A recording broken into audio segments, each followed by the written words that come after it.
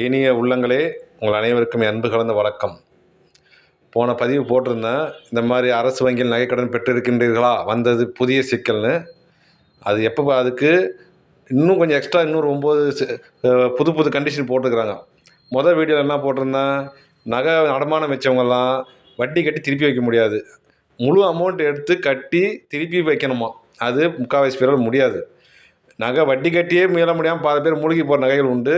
முழுசாக பணம் கட்டி இப்போ 2 லட்சம் 3 லட்சம் வைக்கிறவங்க, அர்ஜென்ட்டுக்கு வச்சவங்க திருப்பி முழுசாக பணத்தை கட்டி எடுத்து வைக்க முடியாது.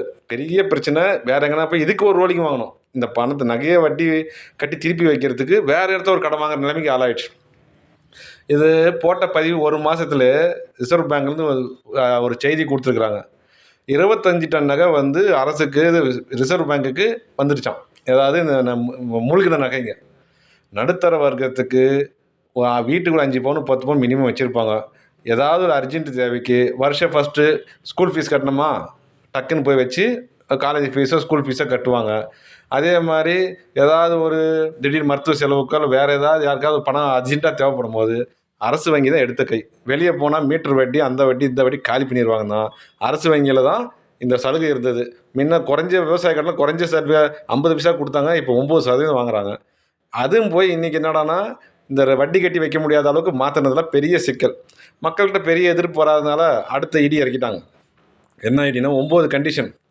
உங்கள் நகை வந்து கேடிஎம் நகையாக்கணுமா, 22 கேரட்டுக்கு மேலே இருக்கணுமா, நகை சுத்தமான நகையாக இருக்கணுமா, இந்த நகை உங்களுக்கு தான் சர்டிஃபிகேட் வந்து யார்ட்டையும் நீங்கள் கொடுக்கணுமா, இந்த கவர்மெண்ட்டில் கொடுக்கணுமா, நகை தரமானது பேங்க்கில் சர்டிஃபிகேட் வாங்கணுமா.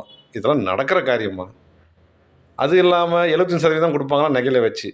இந்த நகை கடன் வேணால் பேங்க் என்ன திவால், என்ன நஷ்டம்? ஒன்றுமே கிடையாது. நல்ல லாபம் தான். நகையை வச்சுருந்தா கடன் கொடுக்குறீங்க, அதுக்கு உண்டான வட்டியும் வாங்கிக்கிறீங்க. நகை வட்டி கட்டலாம், நகை எடுத்துக்கிறீங்க. எந்த லாஸும் கிடையாது. மக்களுக்கும் லாபம், வங்கிக்கும் லாபம். இந்த மாதிரி திடீர்னு ஒரு கிடுக்குப்பிடி போட வேண்டிய அவசியம் என்ன? ஏற்கனவே பல பிரச்சனைகளில் விழி பிதுங்கிருக்கிற நடுத்தர மக்களுக்கு இது பெரிய இடி. நானும் பார்க்குறேங்க.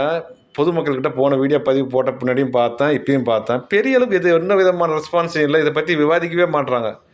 உங்களுக்காக நீங்கள் தான் குரல் கொடுக்கணும். நீங்களே உங்களை பற்றி கண்டுக்கலைன்னா வேறு யார் குரல் கொடுப்பாங்க? வானத்திலிருந்து தலைவர் குச்சி வருவாரா?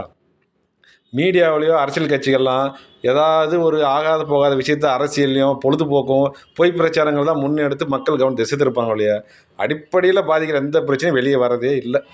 மக்களையே கவனிக்கலாம், மற்றவங்க யார் கவனிப்பாங்க? ஒரு அவசர தேவைக்கு பேங்கில் நகை வைக்கணும்னா இத்தனை சர்டிஃபிகேட்டு எல்லாம் எங்கே வாங்கிட்டு வருவாங்க? அப்போனா வெளியே போய் விற்கணுமா? இப்போ இதுதான் என் நகைன்னு சொல்லி யார்கிட்ட சர்டிஃபிகேட் வாங்க முடியும்? பழைய நகையாக கூட இருக்கும். வெளியே போய் விற்க தான் செய்யணும். இன்றைக்கி இருக்கிற நிலைமையில் திருப்பி வாங்க முடியுமா? என்ன தான் பண்ண சொல்கிறாங்க? நகை அடமானம் வச்சு பணம் பெறட்ட முடியலன்னா விற்று தான் ஆகணும். விற்றா திருப்பி வாங்க முடியாது. இது நீங்கள் தான் யோசிக்கணும். உங்களை பற்றி நீங்கள் தான் சிந்திக்கணும். நீங்கள் தான் குரல் கொடுக்கணும். நீங்களே கண்டுக்கலாம், உங்களுக்கு யார் உங்களுக்காக பேசுவாங்க?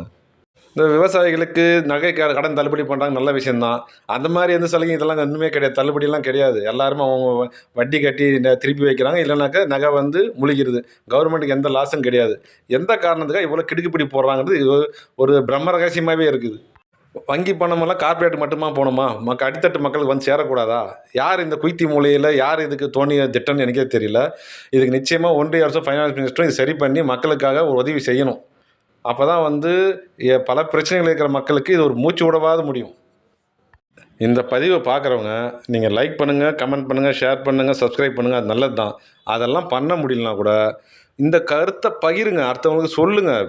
ஏன்னா நிறைய பேருக்கு விவரமே தெரியல, நாட்டு நடப்பே தெரியறதில்ல. அவங்க வந்தால் தான் தெரியுது இல்லையா? தயவு செய்து விவரம் தெரிஞ்சவங்க இதை வந்து 4 பேர் எடுத்து சொல்லி இதை மாதிரி நம்ம உரிமைகள் பறி போகாமல் பார்த்துக்கோங்க.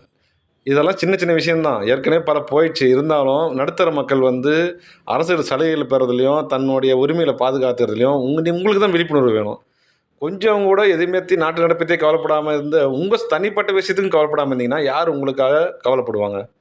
மிகுந்த வருத்தத்துக்குரிய விஷயம். தயவுசெய்து பகிருங்க, ஷேர் பண்ணுங்கள். உங்களுடைய கருத்தை வந்து நீங்கள் எடுத்து சொல்லி புரிய வைங்க. மக்கள் வந்து கேட்டால் தான் அரசு வந்து அதை மாற்றும். அரசு மாற்றினா தான் பல பேருடைய வாழ்வாதாரம் திரும்ப கிடைக்கும். உங்களுடைய கருத்தை கண்டிப்பாக பகிருங்க. நன்றி, வணக்கம்.